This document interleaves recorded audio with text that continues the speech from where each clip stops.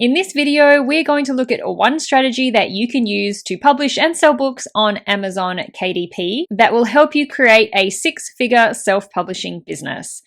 Hello, my name is Caroline, and if you have stumbled across my channel, welcome. I share videos every week all about self-publishing books, and you're watching one of them right now, so thank you so much for taking time out of your day to join me here. Why does everyone want to make $100,000? Why is it such a common goal and measure of success? Making $100,000 in a year is something that a lot of people strive for when starting an online business or a side hustle. And when you do finally make that $100,000, it sort of makes you feel legit, like you know what you're doing, like you're doing something right at least. Now, depending on where you live, $100,000 may be a lot of money or it might not be a lot of money at all. For me personally, living in Australia, $100,000 a year isn't what we'd say is a huge amount of money, surprisingly, to earn because it is so expensive to live here. And so our income is also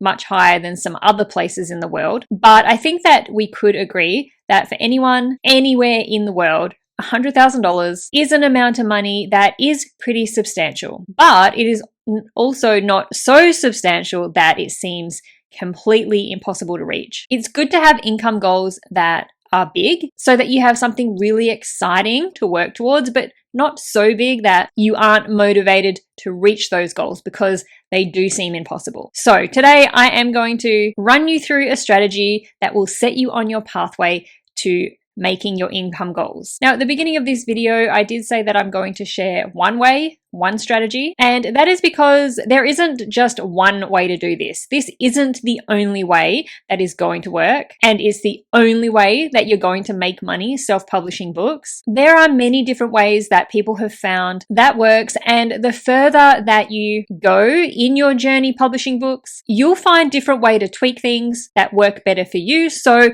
along the way, don't be afraid to experiment or give new or different things a try along the way. But this strategy will be a really great solid foundation for creating a six-figure publishing business.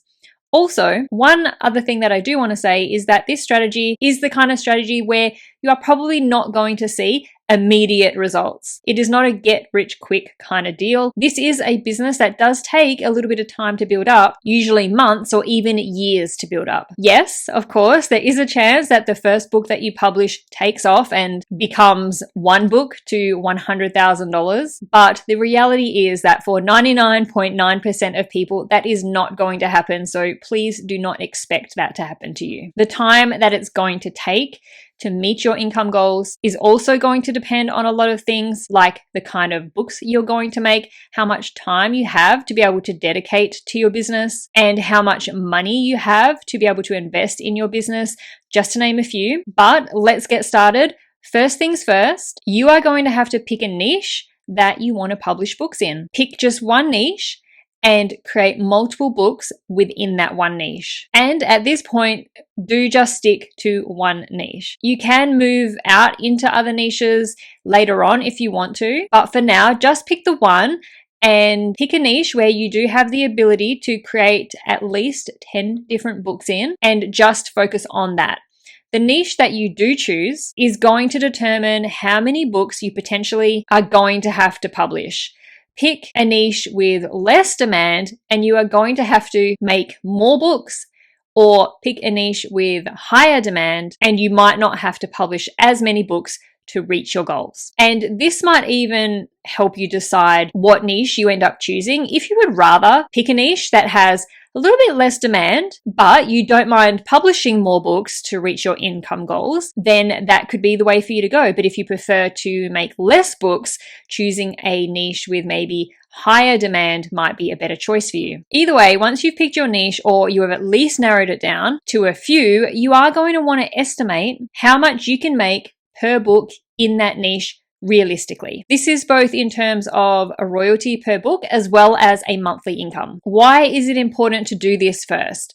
Because you want to know before you even start thinking about making books, what you are going to have to do to meet that income goal and how long it's going to take. And it is much easier to break that process down into smaller goals. So for example, break it down into monthly goals or monthly steps rather than looking at it as an overall year goal or time frame. So let's break this down.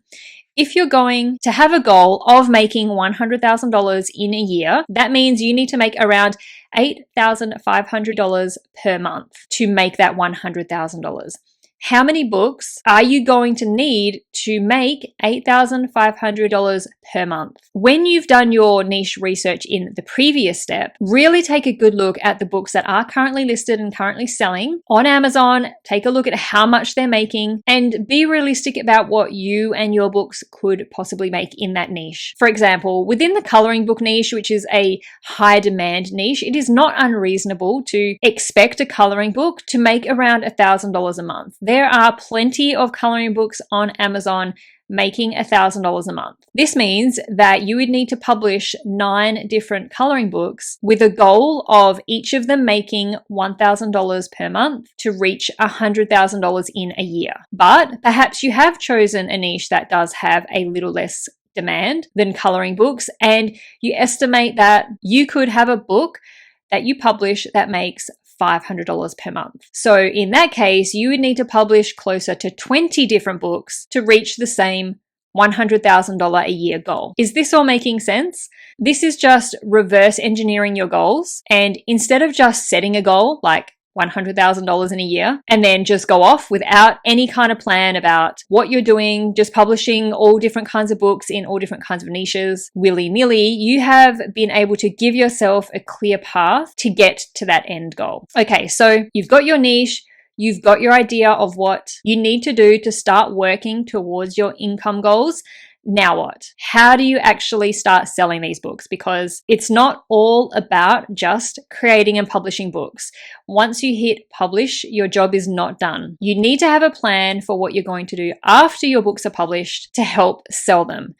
Doing nothing is not an option. There are things that you are going to want to do for immediate results, and then there are going to be things that you'll do which are more for the longer term results that you won't really see until further down the line. Whenever you do publish a book, run Amazon ads on that book immediately. I know that you might not want to spend money, especially at first, especially when you aren't even making any money yet, but it is really important to have some kind of budget from the beginning for things like this, even if it is just spending a few dollars a day on ads. Setting up ads as soon as your book is published is going to teach Amazon and the Amazon algorithm quicker what your book is all about and which customers that your book is targeting or your book is for and who it needs to show it to. Also, paying for ads is going to help put your book higher up in the search results or listed on the sales pages of other books. So we've just done a search for the keywords coloring book, and the first set of ads which show up are right at the top of the search results, which are these ads here. This is before any of the search results are shown, and then just below that, the first line of results that is shown is always Amazon ads. So these top 4 books are always paid. That's why it says sponsored here. And then underneath that is where we start getting to the organic search results being books that did not pay to be in this spot. Then when we actually click on a book, there is more opportunities to be shown in prime places. So someone's looking at this book, possibly wanting to buy it, but they can also see there's another option showing right at the top of the page, as well as further down in the search results. We have spots here for ads to show, spots just up here for ads to show. And then down here, we've got products related to this item. These are Amazon ads as well. And again, another section of related products right down the bottom of that book that you're looking at. So using ads is something that is going to help you see results very quickly. The next things that you will want to do is set your books up in a series. And this is why it is important to just pick that one niche and focus on it and create multiple books within one niche so that you can target customers who love buying this one type of book. And when you do create a series and you add all your books to that series, you get access to some really handy features that show your books off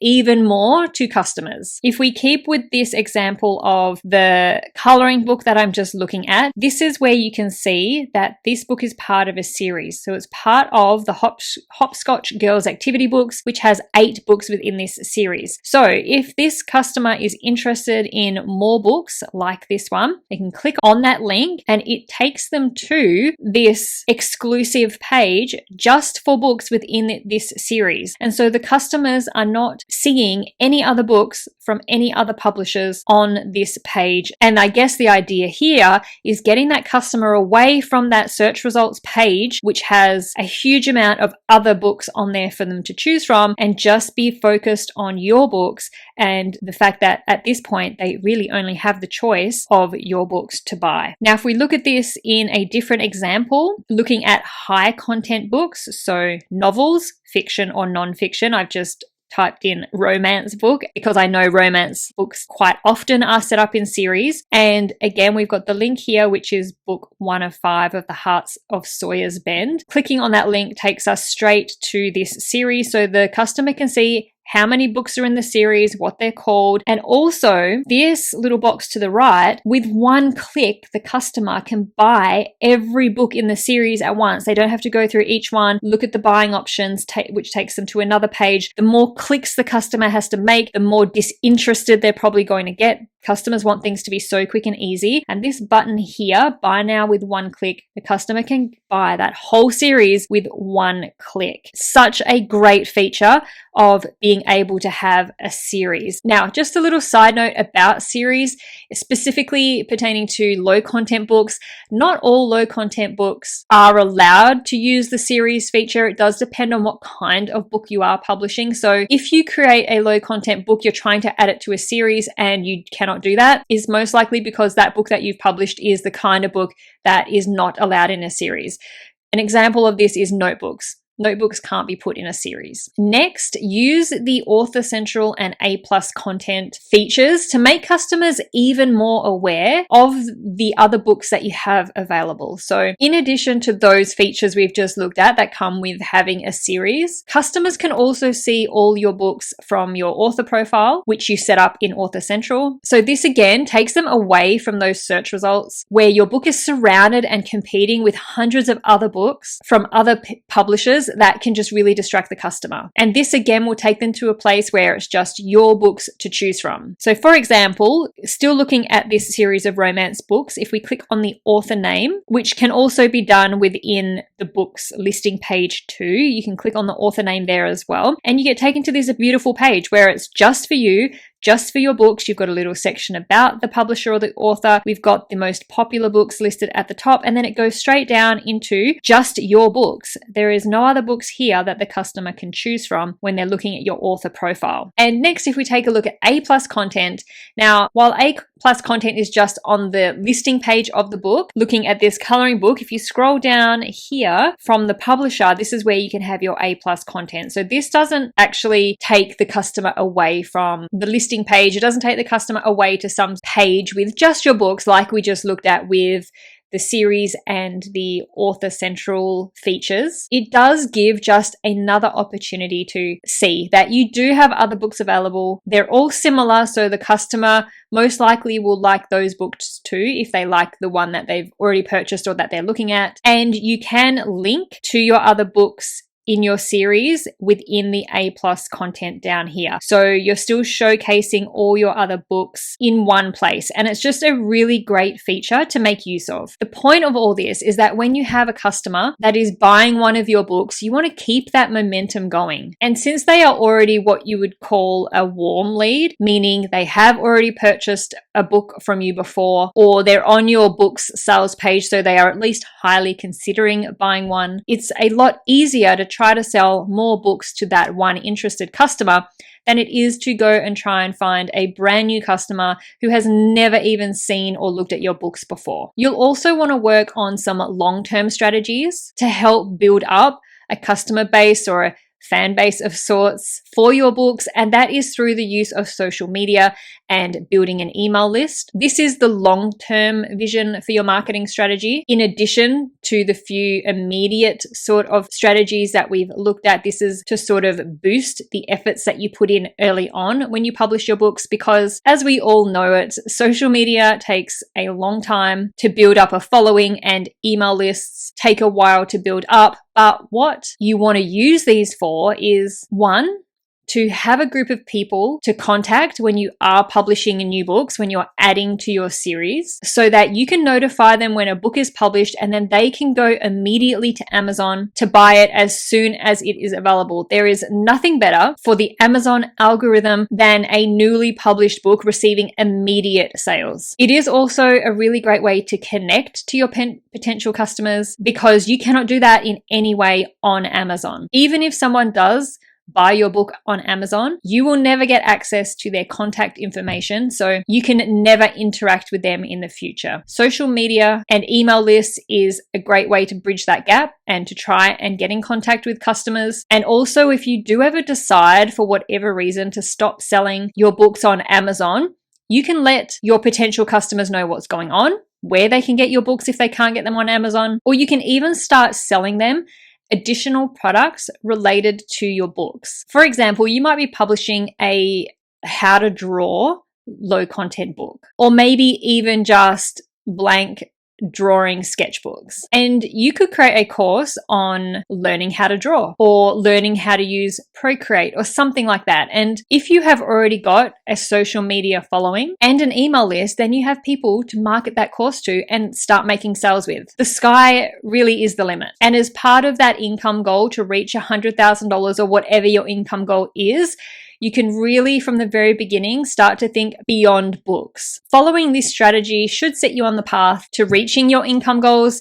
Consistency is key, and taking small steps every day to build up your publishing business until you see the results that you want to see will eventually get you to where you want to be. I hope that you have enjoyed this video and it has helped you formulate a plan moving forward on how to build a successful self-publishing business.